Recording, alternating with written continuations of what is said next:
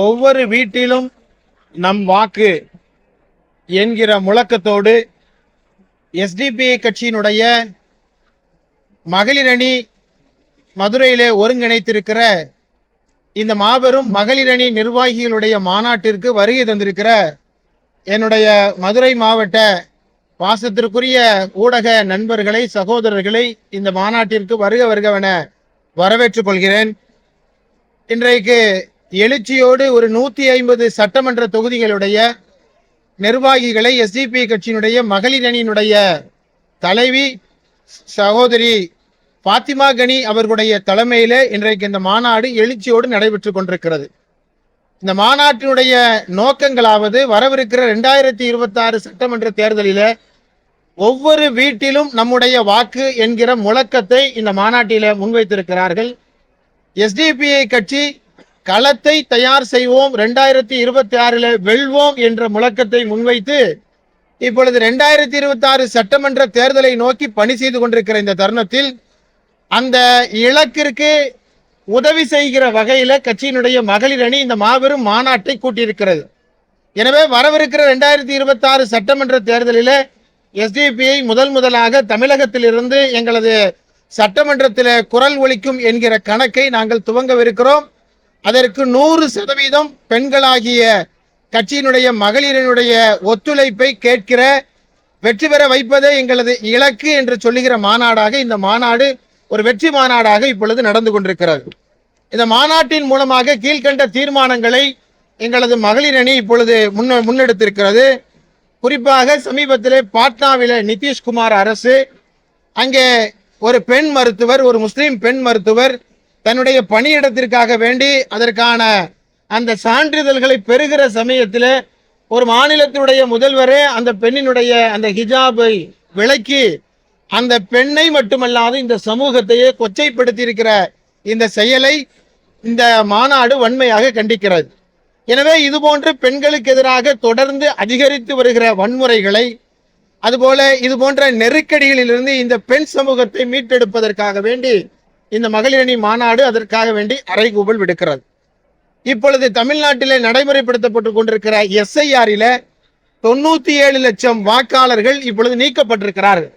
இதுல பெரும்பான்மையானது பெண்கள், மகளிர் இதிலிருந்து நீக்கப்பட்டிருக்கிறார்கள். எனவே இது ஒரு வன்மையான கண்டனத்திற்குரியது. ஏற்கனவே எஸ்டிபிஐ தொடர்ந்து சொன்னது போல முதல் கோணல் முற்றிலும் கோணல், ஒரு 7 கோடி வாக்காளர்களை ஒரு மாசம் 2 மாச காலத்துல நாங்கள் அதனை சிறப்பாக நாங்கள் ஒரு சீராய்வு செய்ய போகிறோம் என்று சொல்லுவது ஒரு பொழுதும் நடக்காது என்று சொன்னோம். இன்றைக்கு 97 லட்சம் வாக்காளர்கள் நீக்கப்பட்டிருக்கிறார்கள். அதிகமாக பெண்கள் நீக்கப்பட்டிருக்கிறார்கள். இதிலிருந்து கிடைக்கிற தகவல்கள் மிகப்பெரிய சந்தேகத்தை நமக்கு ஏற்படுத்துகிறது. எனவே தமிழக அரசு தேர்தல் ஆணையத்தோடு இணைந்து ஒரு சுயாதீன குழுவை அமைத்து மீண்டும் இந்த நீக்கத்தை மறுபரிசீலனைக்கு உட்படுத்த வேண்டும், SIR-ஐ முழுமையாக நிறுத்தி வைக்க வேண்டும் என்று மீண்டும் எஸ்டிபிஐ இந்த மாநாட்டின் வாயிலாக நாங்கள் கோருகிறோம். தமிழ்நாடு பெண்கள் துன்புறுத்தல் தடுப்பு சட்டம் என்கிற இந்த சட்டத்தை 2025 முழுமையாக நடைமுறைப்படுத்த வேண்டும். இன்றைக்கு பெண்களுடைய பாதுகாப்பு கேள்விக்குறியாகி கொண்டிருக்கிற தருணத்தில், நாடு முழுவதும் பெண்களுக்கு எதிரான வன்கொடுமைகள் அதிகரித்துக் கொண்டிருக்கிற தருணத்தில், சமூக நீதி பேசுகிற தமிழகத்திலே பெண்களுக்கான பாதுகாப்பை உத்தரவாதப்படுத்த வேண்டியது தமிழக அரசினுடைய கடமை. எனவே தமிழ்நாடு பெண்கள் துன்புறுத்தல் சட்டத்தை உடனடியாக தீவிரமாக நடைமுறைப்படுத்த எஸ்டிபியினுடைய இந்த மாநாடு கேட்டுக்கொள்கிறது. அதுபோல இந்தியாவினுடைய பீகார், அதுபோல கர்நாடகா போன்ற மாநிலங்களிலே செயல்படுத்தப்படுகிற தனியார் மற்றும் அரசு துறைகளிலே பணி செய்கிற பெண்களுக்கு அவர்களுடைய மாதவிடாயை கவனத்தில் கொண்டு வருடத்திலே 12 நாட்கள், மாதம் ஒரு நாள் என்கிற வீதத்தில் 12 நாட்கள் அவர்களுக்கு ஊதியத்தோடு விடுமுறை வழங்கப்படுகிறது. எனவே அதுபோல ஊதியத்தோடு விடுமுறை வழங்குகிற அவர்களுடைய உடல் ரீதியிலான பிரச்சனையை கருத்தில் கொண்டு இந்த மாநாட்டின் வாயிலாக தமிழக அரசும் உடனடியாக இதனை நடைமுறைப்படுத்த வேண்டும் என்று நாங்கள் கேட்டுக்கொள்கிறோம். மதுரையில் இருக்கிற கீழடியினுடைய நம்முடைய வரலாற்றை இன்றைக்கு அமர்நாத் ராமகிருஷ்ணன் என்கிற தொல்லியல் ஆய்வாளர் மிக தெளிவாக கொண்டு வந்திருக்கிறார். தமிழ்நாட்டை புறக்கணிக்கிற ஒரே நோக்கத்தோடு ஒன்றிய அரசு இந்த அறிக்கையை திரும்ப பெற நிர்பந்திப்பதை வன்மையாக இந்த மாநாடு கண்டிக்கிறது. உடனடியாக ஆய்வாளர் அமர்நாத் ராமகிருஷ்ணனுடைய அறிக்கையை முழுவதுமாக ஏற்றுக்கொண்டு செயல்படுத்திட வேண்டும் என்று நாங்கள் கேட்டுக்கொள்கிறோம். அதுபோல உன்னாவ், உத்தரப்பிரதேசத்தில் உன்னாவில் ஒரு கற்பழிப்புல ஈடுபட்ட செங்கார் இன்றைக்கு அவர் பிணை வழங்கப்பட்டிருக்கிறது. இது பெண்களுடைய பாதுகாப்பிற்கு ஒரு மிகப்பெரிய அச்சுறுத்தல். எனவே திட்டமிட்டு நடைபெறுகிற இது போன்ற பாலியல் வன்கொடுமைகளில சிக்க வைக்கப்படுகிற அல்லது தண்டனை பெறுகிறவர்களை விடுதலை செய்வது என்பது, அவர்களுக்கு பிணை வழங்குவது என்பது பெண் சமூகத்துடைய பாதுகாப்பிற்கு மிகப்பெரிய குந்தகத்தை ஏற்படுத்திவிடும் என்பதாக கவலையோடு இந்த மாநாடு கருதுகிறது. எனவே இது போன்ற பாலியல் துன்புறுத்தல்களில் ஈடுபடுகிற குற்றவாளிகளுக்கு சட்டத்தின் முன்னிறுத்தி அவர்களுக்கு சரியான தண்டனையை பெற்று தந்திட வேண்டும் என்று இந்த மாநாட்டின் வாயிலாக எஸ்டிபி கட்சியுடைய மகளிர் அணி கேட்டுக்கொள்கிறது. அதை நான் ஏற்கனவே பல கூட்டங்களிலேயும் சொல்லிட்டோம். எஸ்டிபி இப்பொழுது எங்களது பூத் கட்டமைப்பை வலுப்படுத்துகிறோம். அதுபோல எங்களுடைய துணை அமைப்பான மகளிர் அணியை இப்பொழுது நாங்கள் வலுப்படுத்துகிறோம். வரக்கூடிய ஜனவரி மாதம் 11ஆம் தேதி எங்களுடைய ஐடி விங்கினுடைய மாநாட்டை நாங்கள் திட்டமிட்டிருக்கிறோம். ஏறத்தாழ 30,000 பூத்துகளுக்கு இலக்கு வைத்து எஸ்டிபி இப்பொழுது எங்களது பணிகளை செய்து கொண்டோம். எனவே இதனை கருத்தில் கொண்டு ஒரு தேர்தலுக்கு வேண்டி எங்களுடைய கட்சியினுடைய நிர்வாகத்தை இப்பொழுது வலுப்படுத்துகிறோம். தேர்தல் சம்பந்தமான முடிவினை ஜனவரி மாதம் கூடுகிற எங்களது பொதுக்குழு, எங்களது தேசிய தலைவர்கள் முன்னிலையில சிறப்பான தீர்மானத்தை முன்னெடுப்போம். அந்த தீர்மானம் யாரோடு எஸ்டிபி இருக்கிறதோ அது அந்த கூட்டணி வெற்றி பெறும். அதுபோல நாங்கள் எடுக்கிற தீர்மானத்தின் மூலமாக எஸ்டிபியினுடைய உறுப்பினர்கள் இந்தியாவில் முதல் முறையாக சட்டமன்றத்தில் கட்சியில அவர்கள் நுழைவார்கள் என்றும் நாங்கள் தீர்மானித்திருக்கோம். கட்சிகள்லாம் எங்களோட வரலாம்னு சொல்லி விஜய் அறிவித்திருக்கிறார். விஜய் ஒருவேளை அழைத்தால் எஸ்டிபி விஜயோட போட்டியிட எதுவாக இருந்தாலுமே எல்லாவற்றையும் உள்வாங்குகிறோம். எங்களை பொறுத்தவரை அந்த பொதுக்குழு தான் அதற்கான அதிகாரம். இதுவரைக்கும் நாங்கள் எல்லா தேர்தலையும் பொதுக்குழுல தான் முடிவெடுக்கிறோம். அந்த வகையில பொதுக்குழுல ஒரு நல்ல முடிவை இது போன்ற எல்லா விஷயங்களையும் கருத்தில் கொண்டு எஸ்டிபி முடிவெடுக்கும். திமுக விஜய் தீய சக்தி. நான் ஏற்கனவே சொல்லியிருக்கேன், தீய சக்தி என்றால் இந்தியாவிலே பாஜக தான் தீய சக்தி. பீகார் போல தமிழ்நாட்டிலையும் வெற்றி ஒரு பொழுது நடக்காது.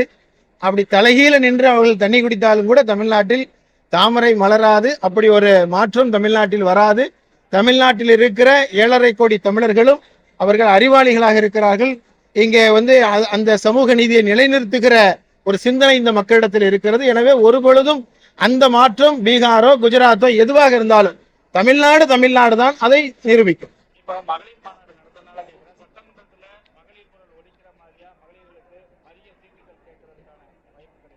சீட்டு கேட்பதல்ல. எஸ்டிபியை பொறுத்தவரை எல்லா பிரதிநிதித்துவத்தையும் நாங்கள் பெண்களுக்கு மகளிருக்கு நாங்கள் தொடர்ந்து வழங்கி கொண்டிருக்கிறோம்.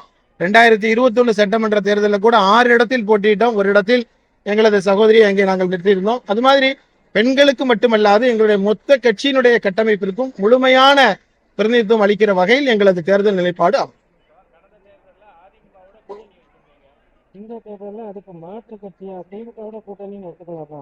அதான் எதுவாக இருந்தாலும் எங்க பொதுக்குழு தான் அதை தீர்மானம் செய்யும். இருந்தோம் அதான் கூடா நட்பு கேடாய் முடியும் சொல்லிட்டு நாங்கள் அன்றைக்கே நாங்கள் அதை எங்களுடைய நிலைப்பாடை நாங்கள் தெளிவுபடுத்திட்டோம்.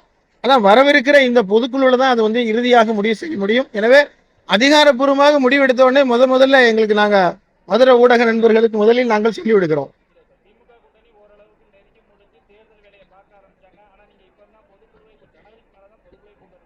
ஆமா, தேர்தல் அறிவிக்கிற அந்த சமயத்தில் தானே, அதாவது தேர்தலுடைய முடிவெடுப்பதற்காக நடத்தப்படுகிற பொதுக்குழு, எங்களுடைய நிர்வாகிகளை தேர்ந்தெடுப்பதற்காக.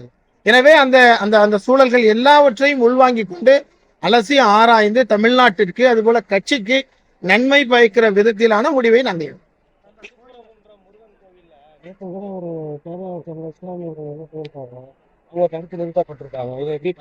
நான் ஏற்கனவே சொன்னோம்ல, இந்த திருப்பரங்குன்றம் என்பது ஆண்டாண்டுகளாக நடந்து கொண்டிருக்கிற அந்த பாரம்பரிய வழக்கங்கள் அது தொடர்ந்து நடத்தப்பட வேண்டும். அதில் எங்களுக்கு எந்த மாற்று கருத்தும் இல்லை. ஆனால் அதை இப்பொழுது நீதிமன்றத்தின் வாயிலாக அவர்கள் ஒரு விதமான சட்டம் ஒழுங்கு பிரச்சனை ஏற்படுத்துவதற்கு முயற்சி செய்வதை நாங்கள் வன்மையாக கண்டிக்கிறோம். எனவே இந்த விஷயத்துல, கடந்த தீபத்தினுடைய விஷயத்துல தமிழக அரசுடைய நடவடிக்கை பாராட்டத்தக்க நடவடிக்கை. சட்டம் ஒழுங்கு பிரச்சனை அந்த திருப்பரங்குன்றம் ஊர்ல போய் கேட்டா நாங்கெல்லாம் மாமா மச்சனா இருக்கிறோம், நீங்களாம் யார் என்று கேட்கிறார்கள். எனவே மதுரையில அவர்களுடைய செயல்பாடுகள் எங்கே எடுபடவில்லை என்ற காரணத்தினால்தான் ஆளுநர் வழியாக வந்தவர்கள் இப்பொழுது நீதிமன்றத்தின் வழியாக முயற்சி செய்கிறார். எனவே எப்படி வந்தாலும் மதுரை மண் என்பது மத நல்லிணக்க மண்.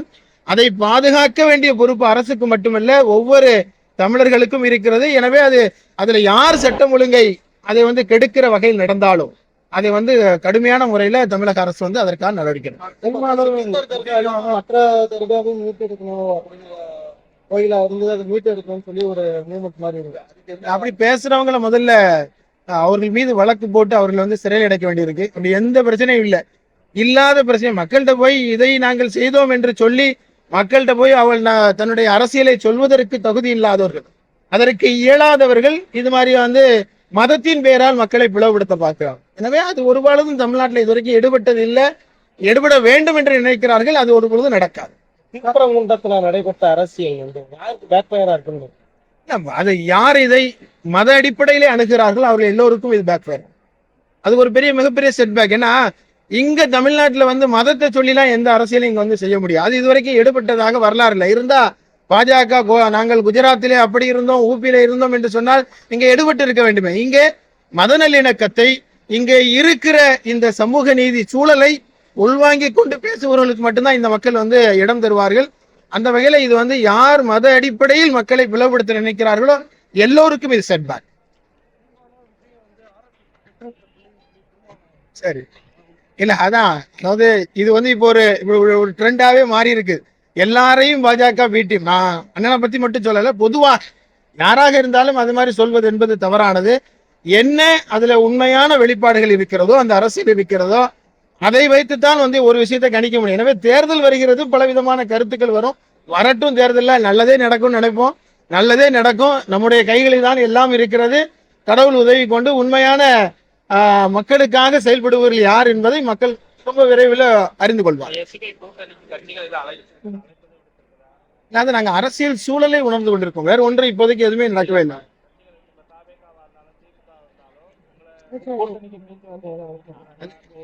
இப்போதைய சூழல்ல இந்த மாதிரி எதுவுமே நடக்கவே இல்லை. அது தேர்தல் அறிவிக்கிற காலம், அதுலதான் அதை பற்றி தான் சொல்ல முடியும். அது எல்லாவற்றையும் உள்வாங்கி கொண்டு ஒரு முடிவை நாங்க வந்து ஜனவரி இறுதியில் நிச்சயமா. அதாவது இது எதுவுமே இப்ப நடக்கல. இப்ப நான் சொல்ல, இப்ப எங்களுடைய போக்கஸும் கட்சியை வலுப்படுத்துவதில் மட்டும்தான் இருக்கிறோம். இருந்தா அதை முதல்ல கூப்பிட்டு உங்களுக்கு சொல்லிட போறேன், எந்த பிரச்சனையும் இல்லை. இப்போதைக்கு எங்களுடைய கட்சியை வலுப்படுத்துகிற அந்த ஒரே இலக்கு ஜனவரி மாத இறுதியில எங்கள் பொதுக்குழுவில் அதற்கான நல்ல முடிவை நிச்சயமாகும். அது மொத்தமாவே நமக்கு மக்கள் நல்ல முன்னேறித்தானே, வேற என்ன பேசணும்? மக்களுடைய வாழ்நிலை அதை உயர்த்துகின்ற வகையிலான தேர்தல் பிரச்சாரத்தை தான் அமைப்போம் வெளியே. அதே போல அதற்கு தோதுவாக அதற்கான அந்த பிரச்சார களத்துல எதுவெல்லாம் செய்ய வேண்டுமோ அது அத்தனையும் மக்களிடத்தில் நாங்கள் ஏற்கனவே பேசியிருக்கோம். 8 தேர்தல்களை எதிர்கொண்டிருக்கோம். ஆனால் இது ஒன்று புது தேர்தல் இல்லை. அது எல்லா அனுபவத்தையும் வைத்துக்கொண்டு நல்ல முறையில் இந்த தேர்தலை எதிர்கொள்ளும்.